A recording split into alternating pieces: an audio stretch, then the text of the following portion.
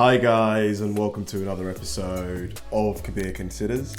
In this video, I'm going to react to Her Evil Plan Put Her on Death Row by Mr. B. Allen, or Mr. Ballon. I keep forgetting how you pronounce his name. I think it's Mr. Ballon actually.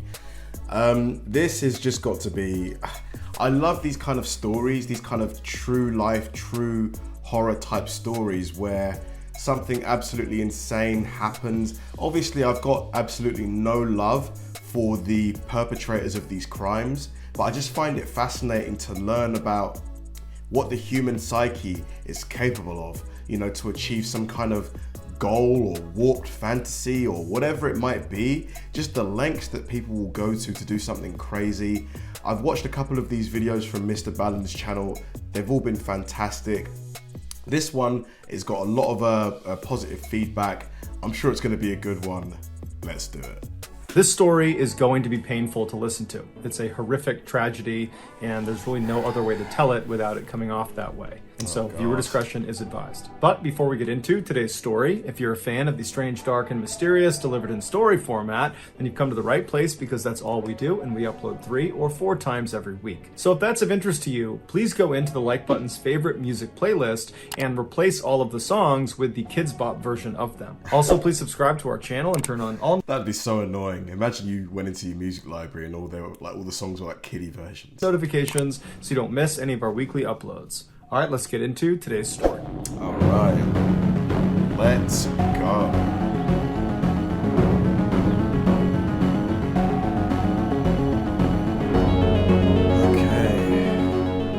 In the early 1960s, 2 high school classmates in South Carolina named Carol and Reggie fell in love with each other.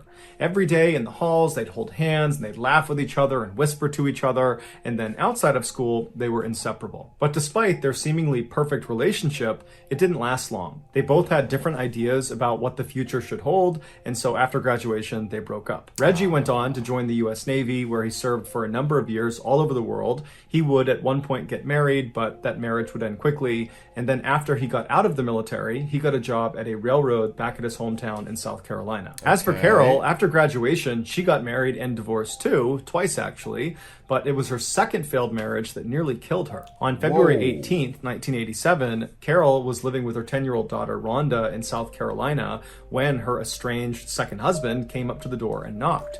Carol opened the door, and her ex-husband drew a gun and shot her 6 times in front of her daughter before turning around and fleeing. The police would later find his body inside of his car on the side of the road.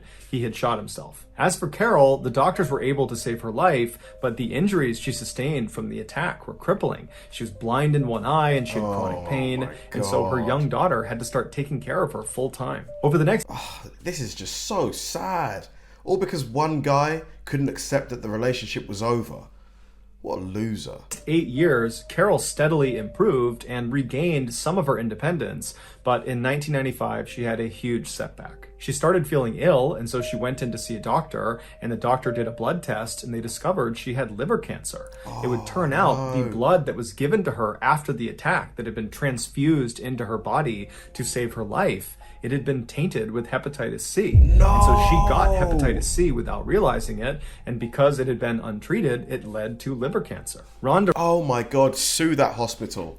Sue that hospital. That is completely unacceptable. remembers when her mother came home after being given this terrible news, she just sat down and was silent for a minute, and then she just kind of muttered to herself, I just can't get away from this man. He's killing me all over again. But despite being dealt such an unfair hand in life, Carol was determined to not let her injuries or her illness define her. And so she went out looking for a job that could accommodate her physical limitations, and she found it. She was hired as a part-time customer service rep for a television cable company. She was very happy about this job and very proud of it because it was the first time she was working after the attack, and so for once it felt like her life was going back to normal again. A few years later, in 2000, when Carol was working at the cable company, her phone rang and she answered it the way she answered every other call, but the voice she heard on the other end, she immediately recognized. He introduced himself as Reggie Sumner, and so Carol asked him, "Are you the Reggie Sumner from 1962 at Garrett High School in South Carolina?" Wow. And he said, "Yeah, that's me."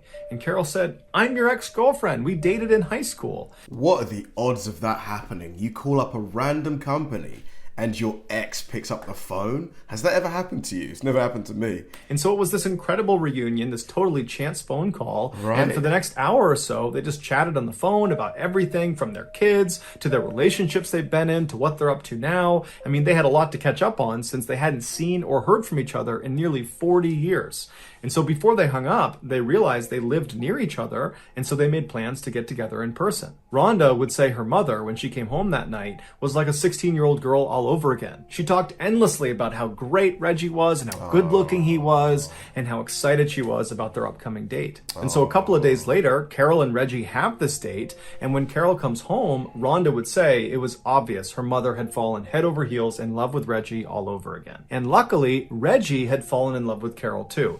That's awesome. Despite all of the stuff she's been through, she probably doesn't look quite the same as she did all those years ago. That's great. Because less than 6 months later, they got married and became Mr. and Mrs. Sumner. Within a year of their marriage, they decided to sell their home in South Carolina and move to Jacksonville, Florida to retire. Even though caring for her mother for all those years had been quite difficult for Rhonda, she said she was very sad to see her mother go, but at the same time, she was really happy for her because it seemed like she had found the one. Over the next couple of years, Rhonda stayed in touch with her mother, speaking to her almost every single day on the phone. But in July of 2005, Rhonda's mother stopped answering her phone. At first, Rhonda wasn't that concerned, but after 24 hours of not hearing from her mother or from Reggie, she did get concerned.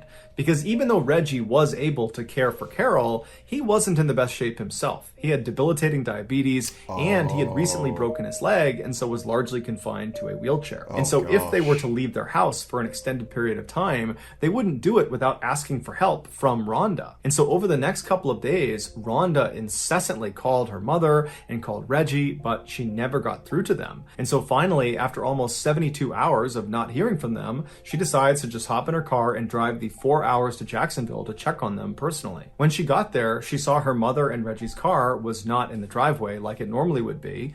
And so Rhonda went up to the front door and she knocked and she's yelling for her mom, but nobody's coming to the door, even though lights are on inside the house. And so Rhonda eventually tries the handle of the door. You'd be so worried.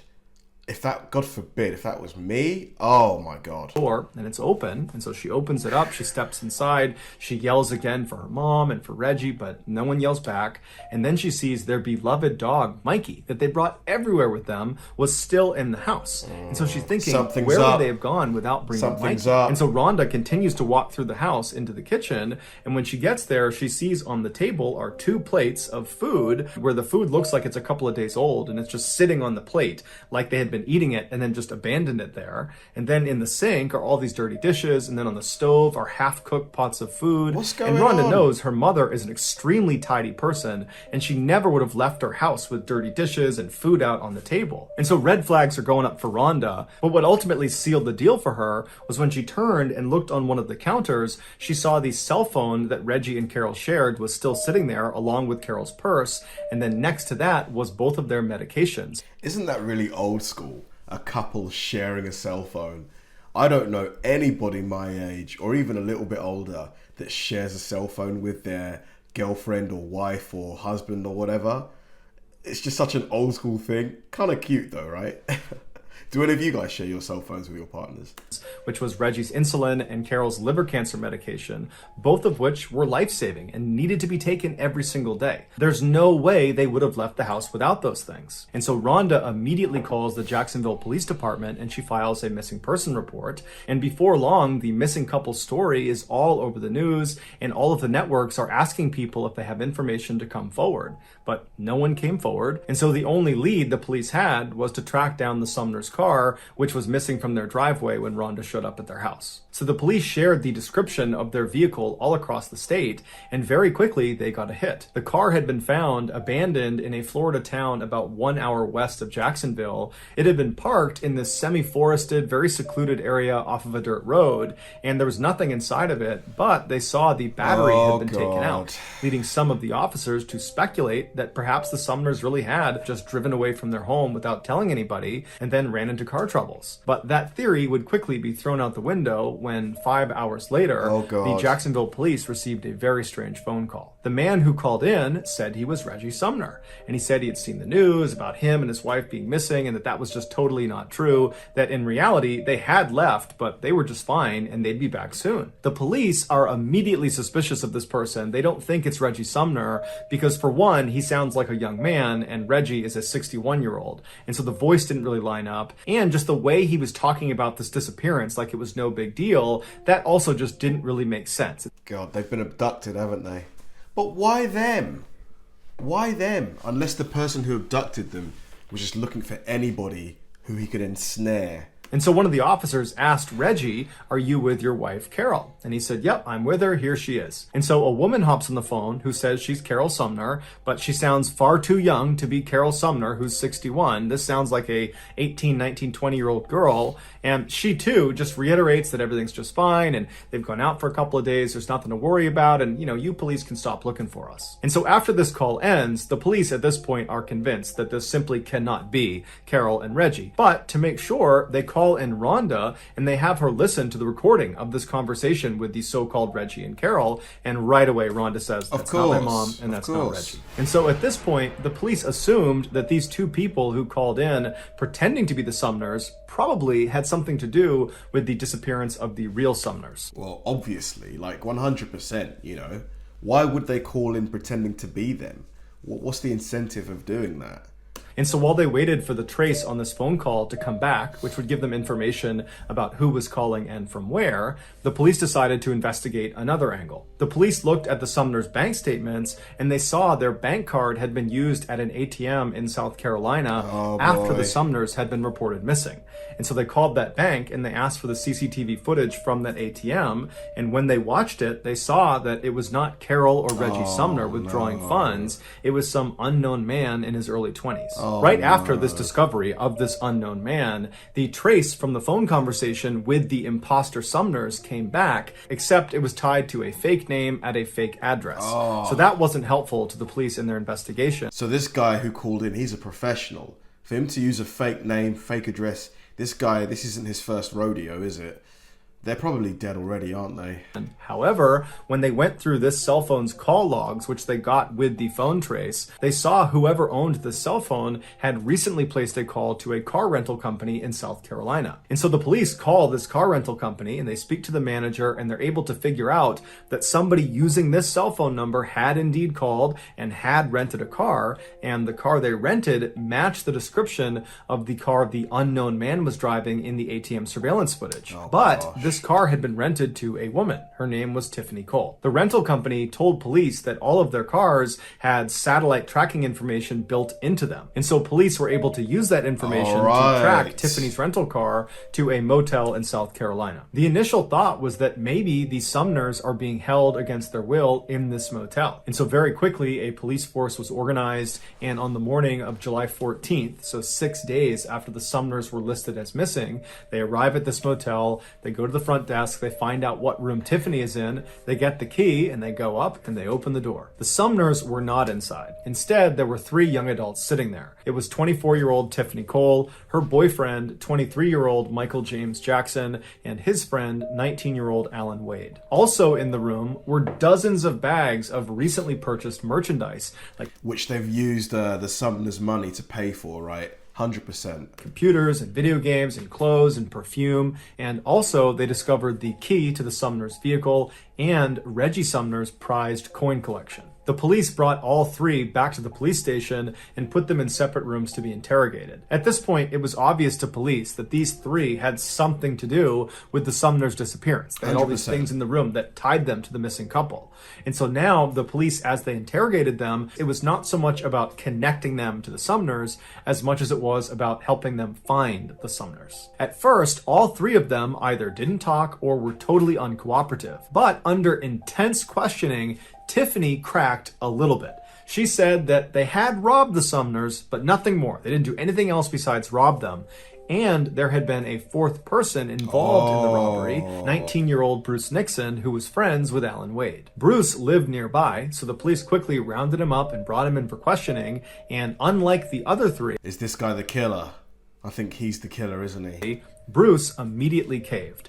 And the story he told about what happened to the Sumners brought many of the police that were involved in this investigation to tears. He said it all started with Tiffany. Tiffany used to be neighbors with the Sumners back when they still lived in South Carolina. Tiffany had a pretty rough upbringing and her father was permanently sick. And so the Sumners kind of took her under their wing and looked after her and built a very close relationship with her and kind of treated her like she was one of their daughters. So they did that for you? And this is how you repaid them?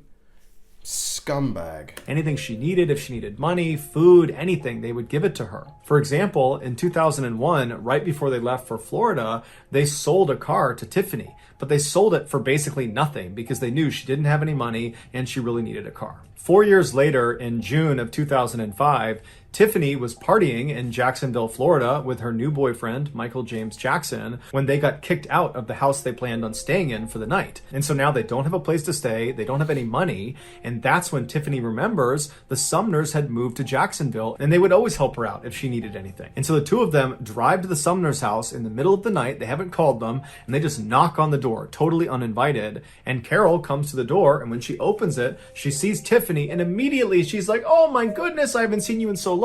Oh my God, this is heartbreaking, honestly. You know, you're a nice person, you're an amazing person, and you just get taken advantage of. Come in, come in. Who are you? Oh, Michael, great to meet you. Come on inside. I'll get you food. We'll get you fed. What do you need? What can we do for you? And so that's when Tiffany explains to them that their plans had kind of fallen through and they didn't have a place to stay that night, and would it be possible to stay with them? And so Carol and Reggie right away say, absolutely no problem. Tiffany, Michael, you guys are guests here. You're welcome. Stay as long as you want. And so that night, Carol cooked a big meal for them and they all sat down at the table. And at some point, Carol and Reggie talk about the sale of their house in South Carolina. And somehow it came up that they had made $99,000 in... No, oh no. Oh, so trusting.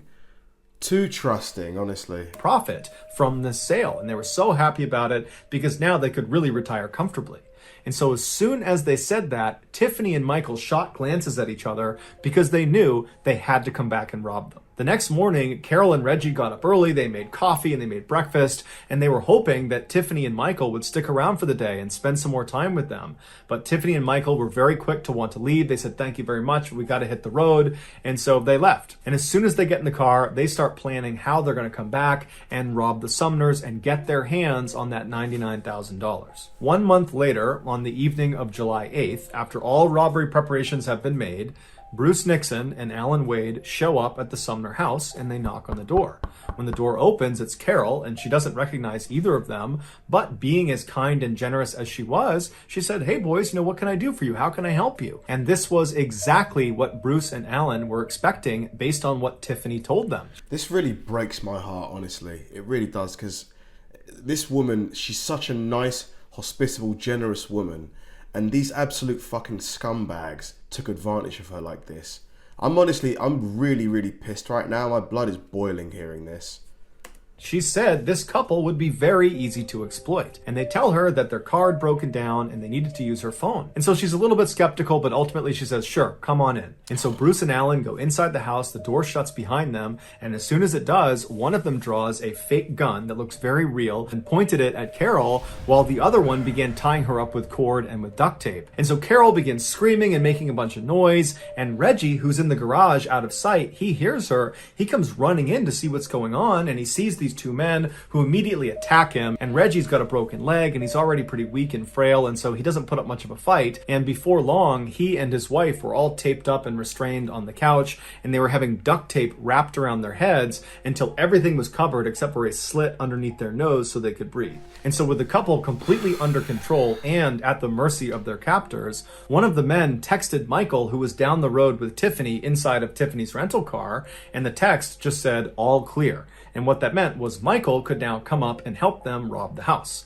And so Tiffany stays down the road in the rental car. Michael makes his way up. He goes inside, and he, Bruce, and Alan proceeded to ransack the house. And while these three men are moving room to room, taking all of their valuables, Reggie and Carol are probably thinking to themselves that, you know what, this is awful, we're getting robbed, but after they take whatever they take and they leave, we'll be fine, we'll recover.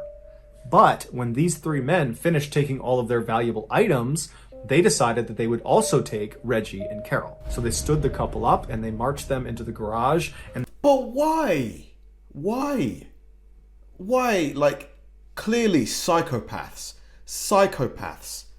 Like, they put them in the trunk of their own car. At this point, Bruce left the Sumners' house and went down the road and got in Tiffany's rental car. And Michael and Alan, they got into the Sumners' car, and the two cars met up on the road and then drove 40 minutes northwest, just over the border into Georgia, where they found this access road and they went down it until they reached this very secluded section of forest. This was not just some random spot in the middle of the woods in Georgia. This was a pre-selected spot that Tiffany and the others had been out to 2 days earlier to prepare it. And what I hope I'm not an advocate for the death penalty, just in case, because people, imagine that you didn't do it and you get the penalty anyway. However, in this case, I hope all of them got it. I hope all of these people are burning in hell right now. What they had done to prepare was to dig a grave for the Sumners. Michael and Alan, in the Sumners' car, drove up right next to the grave site, while Tiffany and Bruce came up right behind them. And once they had all stopped, they got out of the car and they went right behind the Sumners' car and they popped open the trunk. It's believed the temperature inside of that trunk was well over 100 degrees. And so Reggie and Carol were sweating profusely, and the sweat had caused their restraints to slip off their wrists and slip down off their face. And so the two of them were found holding on to each other and crying and praying. Seeing how weak they already were, the group decided they did not need to put new tape around their wrists or their face. They weren't going to go anywhere. And so they grabbed the two and they pulled them out and dumped them on the ground. It was probably around this time that the Sumners realized Tiffany was one of these four people that was doing this horrible thing to them. And I can only imagine the heartbreak they experienced. This girl that they took in under their wing, that they thought of as a daughter, was betraying them in such a heinous and horrible way. But there was no time to feel upset about it, because as soon as they were dumped on the ground, Michael grabbed Reggie and kind of threw him over to the side and said, "Sit down, don't move, or I'm going to kill you and your wife." And then the others grabbed Carol and dragged her away from her husband over to the edge of the grave, where they literally ripped the jewelry off of her face and off of her body. And then after all the jewelry was gone... How can you be like this? How can you be like this as a human being? I just don't understand it. They pushed her into the grave. Then they walked over to Reggie and dragged him over and threw him in with his wife. As soon as the couple was in the grave together, they repositioned themselves so they were both sitting up, one in front of the other, with Carol behind Reggie, and she threw her legs and her arms around Reggie, just kind of clutching onto him, and she buried her head into his back and she began crying. The original plan, apparently, had been to take the Sumners and put them in this grave and pretend like you were going to do something to them to scare them into giving up all of their information, all of their banking information, and anything else that was valuable. And it worked. And so as Carol is crying into Reggie's back, Reggie is pleading with the group. He's pleading to them, "Let me give you everything I have. Whatever you need, it's yours." And so Michael said, "Give me all your ATM bank card numbers, give me your PIN numbers, everything." And so Reggie did. He gave him all the information he could possibly give to him. And then, for some reason, despite the fact that at this point, the group has taken everything of value from this poor couple. They have extracted all the valuable information they could possibly get from them. Despite that, they decide that that's not enough. They need to kill the Sumners.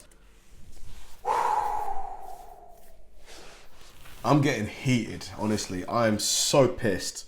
I'm really, really, really annoyed right now. I know this story probably took place a long time ago, but man, I am furious. And they need to kill them in the worst way imaginable.